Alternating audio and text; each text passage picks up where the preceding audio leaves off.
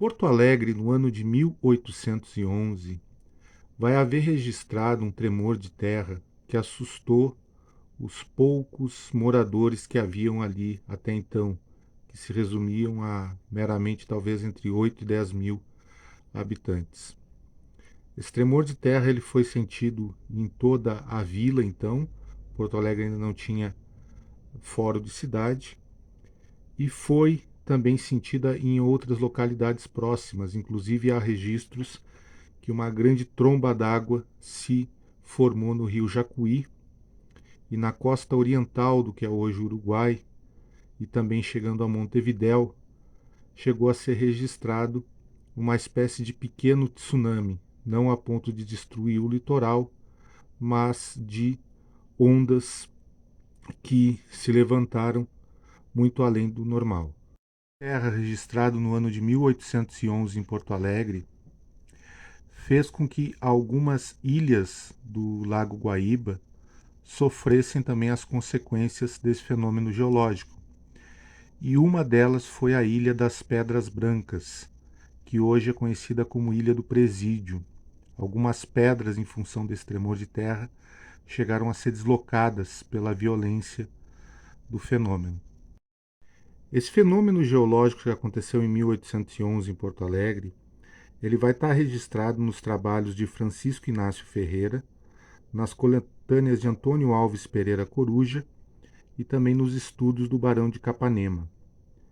Pois bem, além do evento científico em si, que foi esse tremor de terra registrado em 1811, esse tremor de terra ele gera naquela pequena população formada por açorianos, luso-brasileiros, brasileiros, portugueses, que residia então em Porto Alegre, uma espécie de lenda.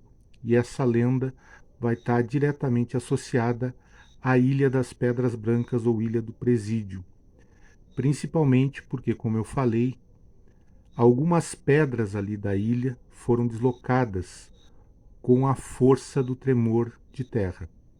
A população da época ela atribuía o tremor de terra a uma grande serpente que existiria abaixo da Ilha das Pedras Brancas, que estaria ali aprisionada.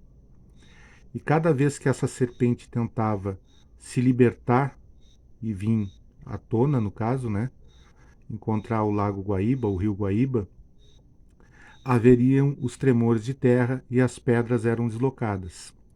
A partir de então aí surge uma lenda que teve muito corrente em Porto Alegre durante o século XIX, que é a lenda da Serpente das Pedras Brancas.